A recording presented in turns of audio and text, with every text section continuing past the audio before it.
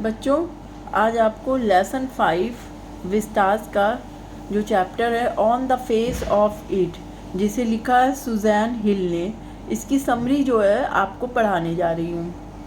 The lesson entitled On the face of It written by Susan Hill. ये कहानी, ये जो लेसन है, पार्ट है जिसका शीर्षक है on the face of it, ये सुजैन हिल द्वारा जो है लिखा गया है। Deals with the issue of the disabled people. ये कहानी जो है ये बताती है कि जो डिसेबल्ड पर्सन है, डिसेबल्ड मतलब जो विकलांग है, उनको जो है कैसे उनके साथ डीलिंग करनी चाहिए, व्यवहार करना चाहिए। It does not deal with actual pain or inconvenience due to physical impairment which distress or disabled person। ये जो कहानी है वो ये बताती है कि जो एक्चुअल जो डिसेबल्ड पर्सन है उनका एक्चुअल दर्द जो है या उनकी एक्चुअल जो परेशानी है वो फिज़िकल इम्पेयरमेंट से नहीं है, मतलब उनकी डिसेबिलिटी, उनकी विकलांगता से नहीं है। The story revolves around mister Lamb and Derry. ये जो कहानी है on the face of it, ये जो है घूमती है डेरी जो एक करेक्टर है उसके और मिस्टर लैम्प के इर्द गिर्द। Mister lamp was an old man who had lost one of his legs in war. Mister lamp एक बूढ़े आदमी हैं जो एक युद्ध में, क्योंकि वो आर्मी में थे तो युद्ध में वो जो थे उनका एक पैर जो है गवा दिया उन्होंने, मतलब उनका एक पैर वहाँ पे कट गया। Now he had a tin lag in its place. और उसके स्थान पे जब उनका पैर नहीं है तो एक टिन का लैग है। Children in the street called him Lamey Lamb. बच्चे जो गली के हैं वो उनको अक्सर जो थे चिढ़ाते थे और लेमी लैम मतलब लंगड़ा लैम कह के बुलाते थे। But he did not mind it. लेकिन मिस्टर लैम्प इस बात का बुरा नहीं मानते थे। He took it as a fun. उन्होंने इस चीज़ को एक मजाक के रूप में लिया। ही lived all alone in a house. वो अपने घर में पूरी तरह से अकेले रहते थे। The house had a lovely garden. और उस घर में जो था एक प्यारा सा गार्डन भी था। Mister lamp kept the garden always open. Mister lamp जो थे गार्डन का जो गेट था हमेशा खुला रखते थे। Everyone was welcome to come in. हर किसी का वो स्वागत करते थे जो भी उनके गार्डन में आता था। अपार्ट फ्रॉम दिस, इसके अलावा भी, he love to read books and had many books in his house. तो उन्हें बुक पढ़ने का भी शौक था और उनके घर में जो थी बहुत सारी बुक्स भी थी। He had a positive attitude towards life. उनका जो था नज़रिया जीवन को लेकर जो था पूरी तरह से सकारात्मक था। हालांकि वो फिजिकली इम्पेयरमेंट थे, उनका एक पैर जो था वो युद्ध में गवा चुके थे लड़ाई में, लेकिन फिर भी जो थे बच्चे उन्हें गली के जो थे लंगड़ा लैम्प कह के बुलाते थे, लेकिन फिर भी उनका जो नज़रिया था, जो उनकी सोचने का तरीका था लाइफ को लेकर, वो पूरी तरह से सकारात्मक था। And he try to overcome his loneliness and disappointment.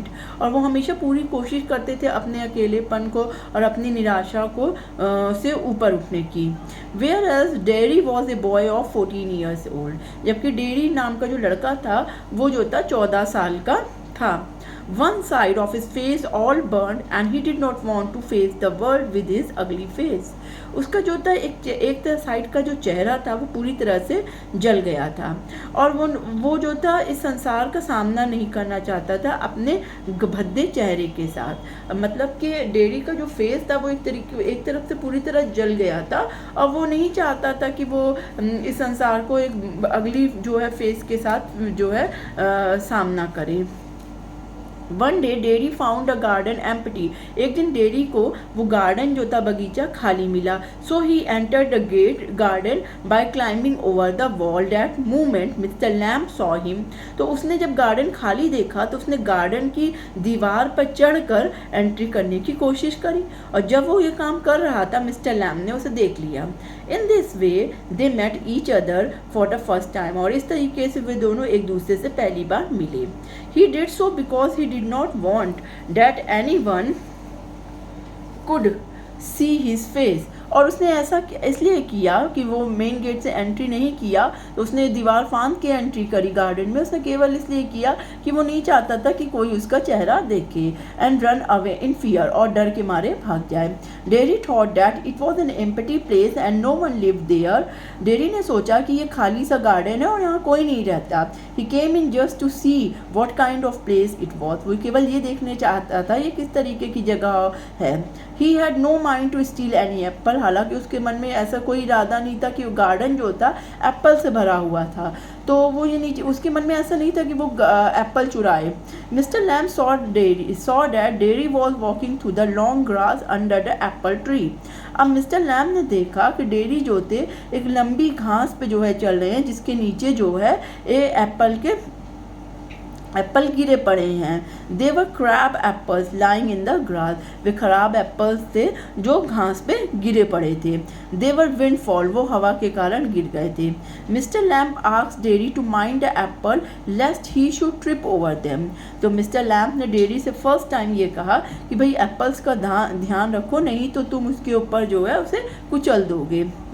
Mister Lamb said that there was no need for him to be afraid. Mister Lamb ने उससे कहा कि तुम्हें मुझसे डरने की कोई ज़रूरत नहीं है। But dairy told that people were afraid of him because his face was अगली एंड टेरिबल। लेकिन डेरी ने इस बात पे ये जवाब दिया कि लोग मुझसे हमेशा डरते हैं क्योंकि मेरा फेस जो है भयानक और भद्दा है।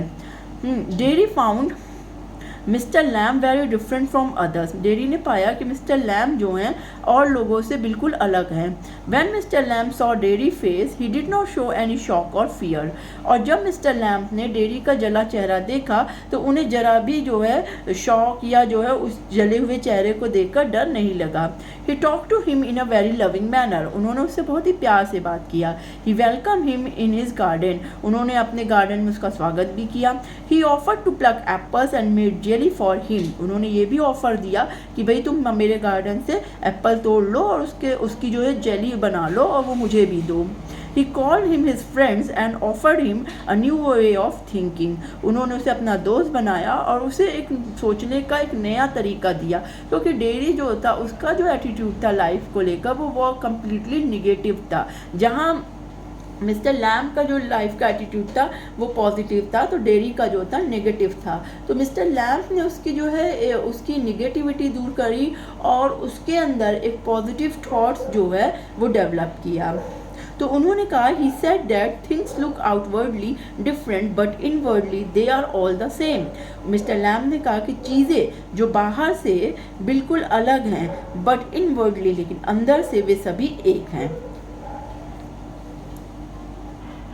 Dairy says that he hate some peoples. Derry ने कहा कि वो कुछ लोगों से घृणा करता है और एक्चुअल में कुछ लोग उससे भी घृणा करते हैं।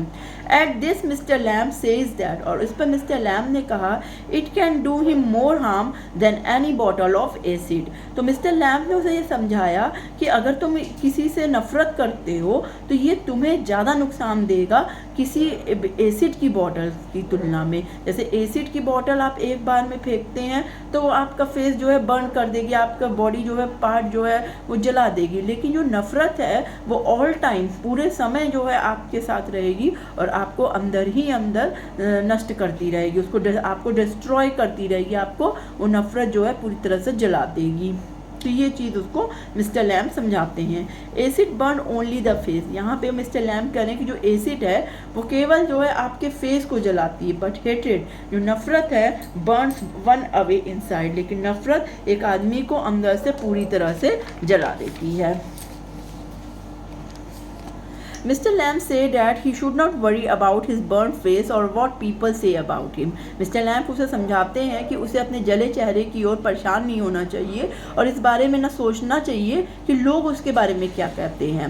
He has 2 arms, 2 legs, eyes, ears, tongue and brain. If he has a firm mind, he can do better than others. Mr. Lamb ने उसे समझाया और कहा कि उसके पास 2 हाथ, 2 पैर, आँख, कान, टंग, जीभ और दिमाग है। अगर वो स्थिर है तो वो दूसरों से और अच्छा जो है काम कर सकता है।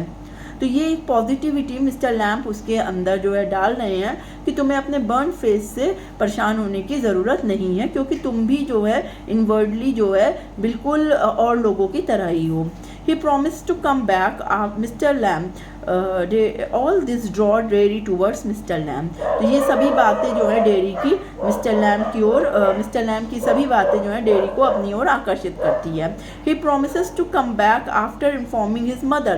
अब वो मिस्टर लैम्ब से प्रॉमिस करता है कि भाई वो अपनी मम्मी को बता दे कि वो आपके गार्डन में है और फिर वो मैं आपके गार्डन में हूँ, वो वापस आ जाएगा.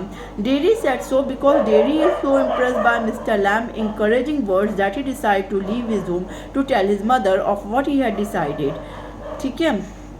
डेयरी ऐसा इसलिए करता है क्योंकि वो मिस्टर लैम्ब से जो है ना बहुत उनके उत्साही शब्दों से वो बहुत अधिक प्रभावित होता है. वो तय करता है कि वो अपना घर छोड़ देगा, अपनी मम्मी को बताएगा और जो है वो मिस्टर लैम्ब के साथ ही रहेगा. But when he comes to the garden he find mister Lamb already dead. लेकिन जब वो अपनी माँ को बता के वापस आता तो क्या देखता है, मिस्टर लैम्ब गार्डन में मरे पड़े हैं. Mister Lamb put a ladder against the branch of an apple tree. Mister Lamb ने एक सीढ़ी जो थी एप्पल ट्री के से लगाकर खड़ी करी थी. ही ट्राई और उस पर वो चढ़कर ही ट्राई टू प्लग एप्पल और उस पर वो सीढ़ियों पे चढ़ के उन्होंने एप्पल तोड़ने की कोशिश करी. When he pull the branch जब उन्होंने टहनी को खींचा हिज लेदर फॉल्स बैक उनकी सीढ़ी पीछे की ओर गिर गई और he falls with the ladder and die और वो जो थे उसी सीढ़ी के साथ गिर गए और मर गए. तो बच्चों ये स्टोरी हमारी यहाँ पे कंप्लीट होती है जो हमें ये सिखाती है कि जो फिज़िकली इम्पेयर लोग होते हैं उन्हें भी सोसाइटी में हमें नॉर्मली डील करना चाहिए और फिज़िकली इम्पेयरमेंट जो लोग हैं उनको गहरी उदासी या परेशानी या जो है डिसअपॉइंटमेंट में नहीं जाना चाहिए बल्कि पॉजिटिवली जो है सब चीज़ को फेस करना चाहिए. और यही चीज़ जो है मिस्टर लैम्ब हमारे डेयरी को सिखाते हैं कि एक पॉजिटिव एटीट्यूड रखो तो आप जो है औरों से अच्छा कर सकते हैं. और वो इसी बात को समझाते हैं कि 2 हाथ 2 पैर सब हमें भी दिया गया है तो हम भी औरों की तरह अच्छे कर सकते हैं.